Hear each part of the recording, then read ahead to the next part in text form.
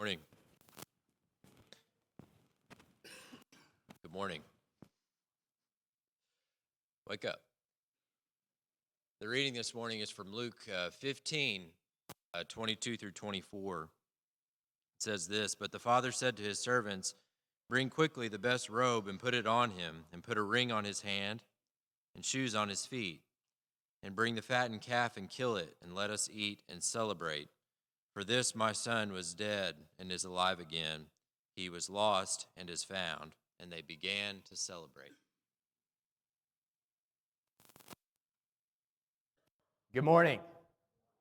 All right, that's better.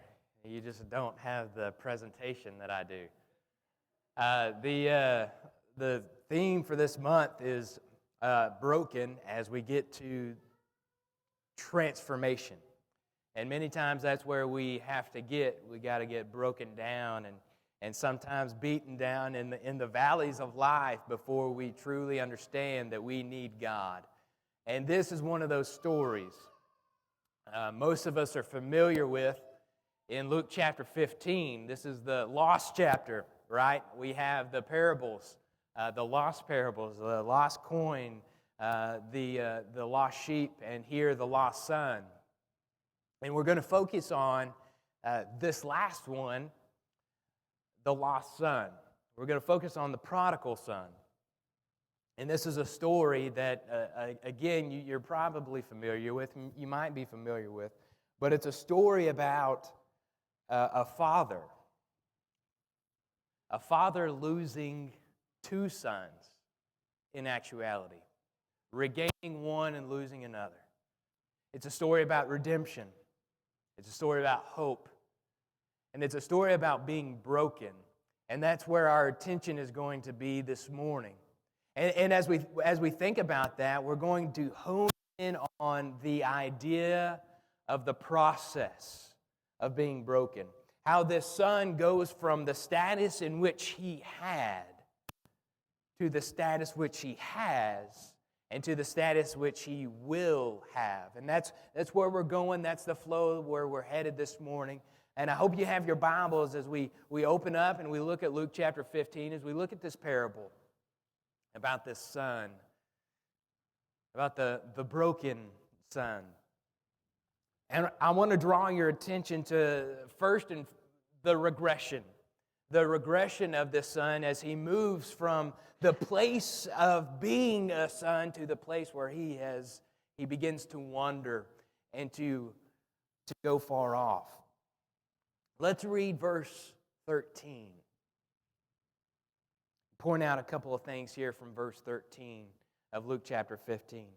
Not many days later, after he, in verse 12, goes to his father and says, "Father, give me the share of property that's coming to me." In verse 13, this is what he says. The younger son gathered all that he had and took a journey into a far country, and there he squandered his property in reckless living. The first step in this process of regression and in moving towards the plight in which he finds himself is that he left his father. You see that? He took a journey into a far country. He left his home. He left the safety and comfort in which he had, and he goes off into a far country, a distant country, a heathen country, if we assume that this man was a Jew. And I don't know if you can draw the analogy, so I'll just go ahead and tell it. It's just straightforward. The father never left. The father stayed at home the whole time. But the son took off. The analogy through all these parables in Luke chapter 15 is to those who are lost. If you find yourself in a position of being lost, God doesn't move. God is still there and He's still the same. What has happened is that you have taken a journey into the far country. You've gone far away from God. You've left home and you've gone to a place where there is sin. Not in the presence of God, but away from the presence of the Father. So the first step in this process of regression is he left. He left his father. And still here in verse 13, the second step is this wandering. So he goes into this far country. He left his father and go back. And I want to pick up two words, point out two words that direct our attention towards his wandering. This is what he did. Two words. He squandered his property in reckless living. He squandered it in reckless living. Have you ever squandered something? You ever had something that was precious and you just completely lost it? I mean, you just gave it away more or less. I was talking to a neighbor of ours, and this may blow your mind. This man was making very good money. It was a friend of his, and he was making very good money. And he was talking about a cruise that he went on. We just told him we went on a cruise. All right. And he was talking about this man, and he said that this man had lost $20,000 in the casinos. And he said, well, that's not that bad because we allotted to lose $15,000. What? What are you? Squandered. That's what it is. You squandered your property. Squandered it. The word is, it comes back to the definition of to scatter, right? Or to spread. So you take here the property. Father, give me the share of property that's coming to me. So you take this property, right? And you just throw it into the wind. It's like you're threshing wheat, right? And you're separating the chaff from the seed, and you just throw it up in the air, and the wind carries away the chaff. That's the idea in squandering. He has thrown his money into the wind, and it is just blown away. There it goes. We're washing it down the drain. He has squandered his property. And the second one here is reckless living. This is a word that's only used one time in the New Testament. And it has the alpha privative, and the root there is to save. With the alpha privative, it is literally to not save. He has squandered it in not saving. He has taken every penny that he owns, and he hasn't saved a single one of them. And he's just thrown them all to the wind in just absolutely reckless living. Yeah, no problem. This is the point of regression, the process of regression, where you start with so much, right? He is there with the Father, and he is enjoying the relationship that he has with the Father, and now he finds himself in this far-off country, and he's throwing it all away. Everything that he has, he's just giving it away like it's nothing.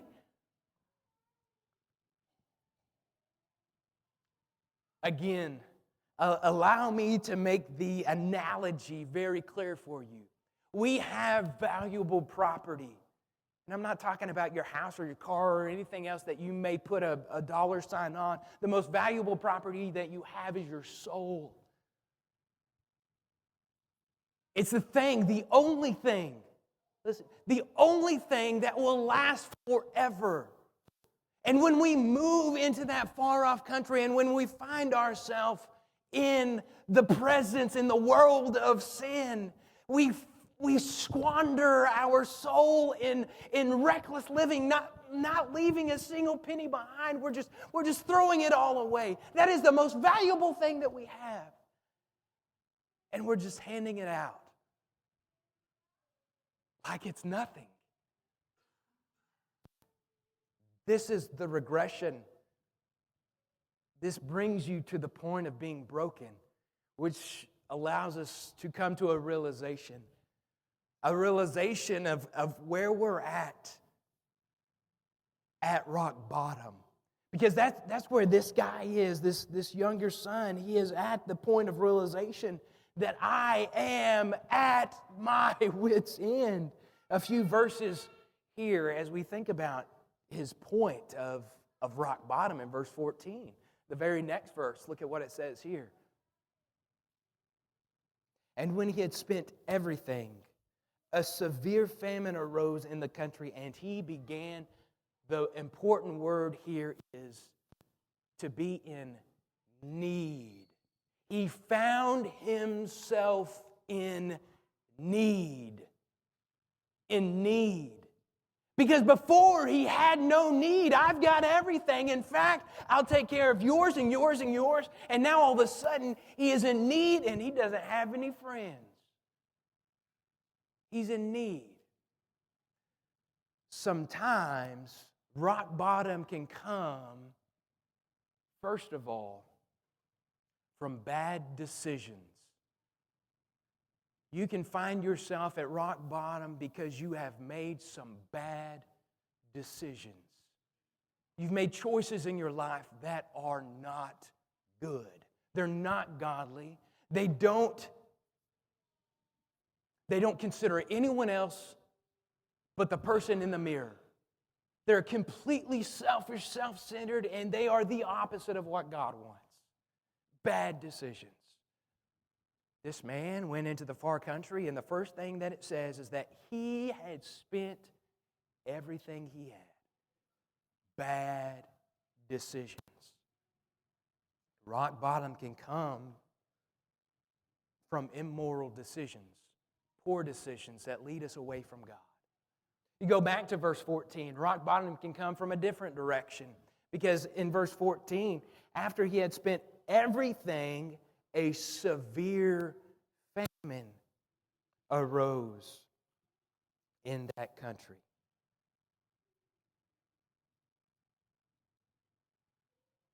Rock bottom can come from bad decisions.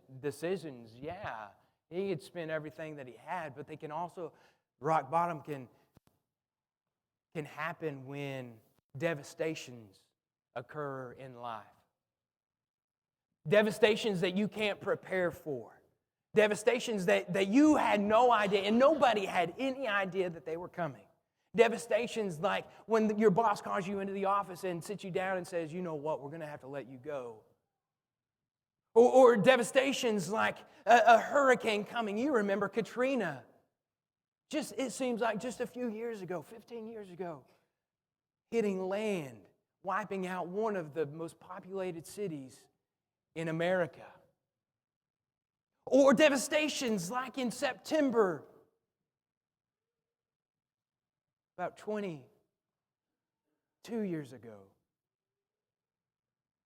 A couple of planes. No, things that people cannot predict. Things that are out of the ordinary and unexpected, they will bring you to your knees. After Katrina, the world turned to God, or America did. After the World Trade Centers came tumbling down, America came to God. And many times after people find themselves in a devastating situation, they turn to God. Why? They're at wit's end. This man, he had made bad decisions. But on top of that, he's encountering a devastation, a severe famine in the land. And what we see in verse 15 and verse 16, the very next two verses, let's read those together, but we see the desperation in his voice. So he went and hired himself out to one of the citizens of that country, who sent him into his field to feed pigs. He's in his fields feeding pigs. And he was longing to be fed with the pods that the pigs ate. And no one gave him anything. I don't know how much time you spent around pigs, but they do not eat filet mignon. They don't even eat salad. They eat scraps. What this man is in is a very desperate situation. He was longing to eat what the pigs were eating. He's longing for the scraps. He's longing for the slop that the pigs are eating. Desperation. Another place where you find yourself at rock bottom when you are so desperate. So it might not, you might be at rock bottom right now, not because of bad decisions that you've made. And it might not be a devastation that's occurred in your life where you find yourself looking up to God saying, God, why me?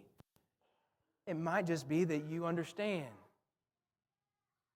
I'm away from my Father and I need to come back.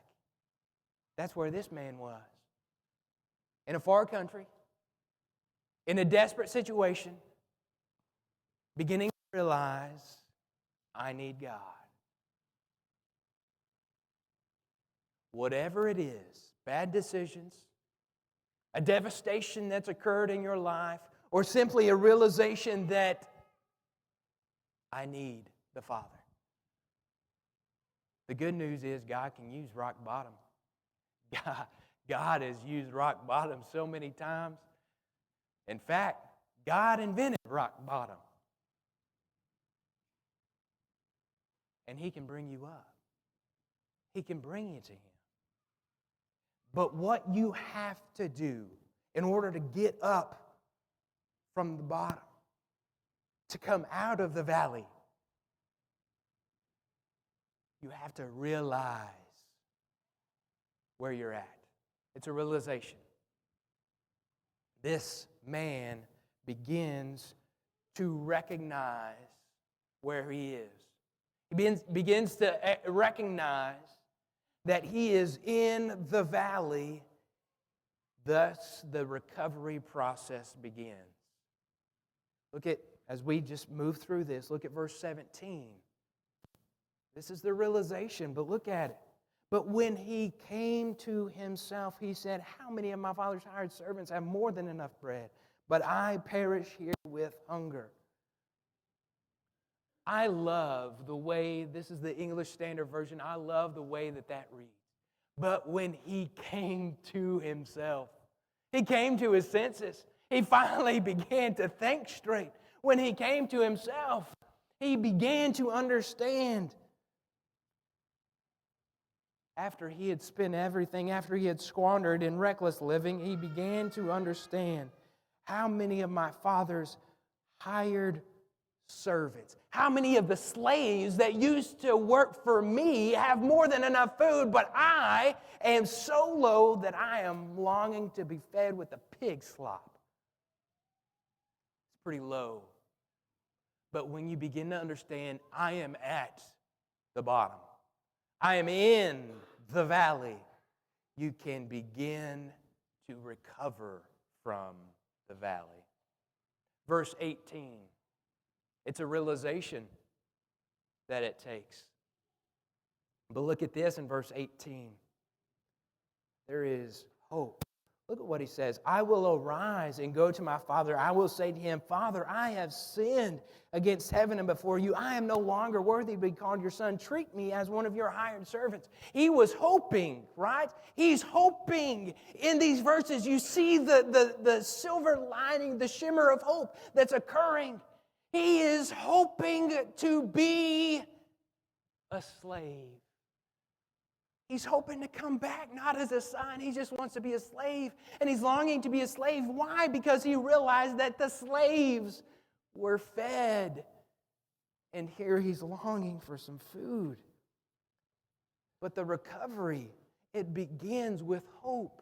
There is hope in my Father's house. If I go back to my Father, if I swallow my pride and I go back to my Father and I say, God, Father, I am not worthy to be called your son. Just make me one of your slaves. There is hope in going back to the Father. There's not hope going down deeper in the hole, but there is hope with God. When we realize we need Him, we can't get to heaven by ourselves. And in verse 20,